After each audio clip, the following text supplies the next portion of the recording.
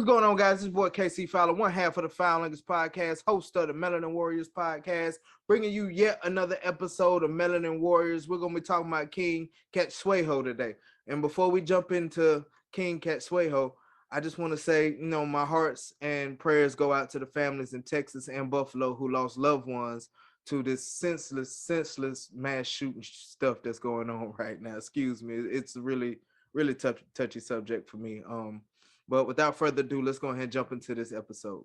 King Cetshwayo was son of Zulu King Pandey and Queen Gaumbazi. He was born sometime in 1826.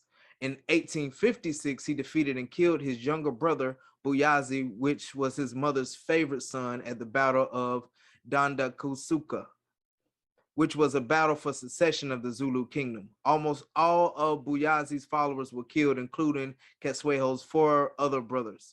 Following the battle, he became the ruler of the Zulu people, but was not named the ruler because his father was still alive, of course. There were so many tales of the size of King Cetshwayo. Some say he was 6 feet 8 inches. Others say he was 6'6", weighing in at 350 pounds. Whew. That's a big guy, man. Cetshwayo still had one brother who was a threat to his rule, though. And he was also watchful of his father's other wives and children.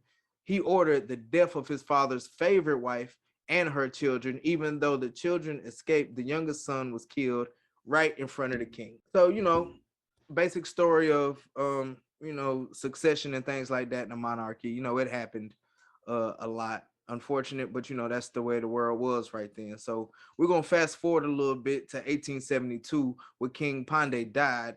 At first, his death was to be concealed so Cetshwayo could transition into power smoothly. He eventually became king on September 1st, 1873. A Sir Theseus Shepstone, who annexed the Transvaal to Cape Colony crown Cetshwayo. He soon turned on the Zulus because he felt undermined by the skillful negotiations of King Cetshwayo. He then went on to establish a new capital called Ulundi, or the High Place. He expanded his armies and brought back many methods used by the great Shaka Zulu.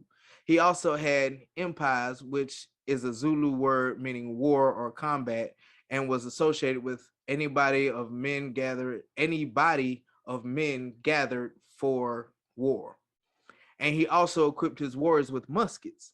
He then banished European missionaries from his lands. So in 1878, the British High Commissioner of the Cape Colony tried to confederate the colony just like Canada had been done around the same time, and felt he would not be able to do this while the powerful Zulu state was on his borders. So he demanded reparations for Zulu border infractions and ordered his people to send messages complaining about King Cetshwayo's policies, trying to provoke him.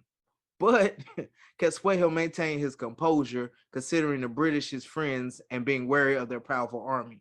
King Cetshwayo said that him and the British High Commissioner were equals, and since he did not complain about the way he ran his territory, he should give Cetshwayo the exact same respect. Eventually, the commissioner offered an ultimatum to disband his army.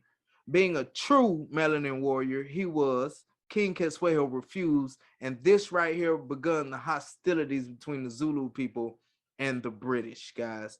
Part 1 of the Melanin warrior King Cetshwayo, a very ambitious warrior who throughout his leadership created a strong Zulu nation prepared to stand against the British. Join me, guys, for part 2 as we dive into the Anglo-Zulu War. And make sure like, subscribe, share, and remember, guys, stay alert, stay alive.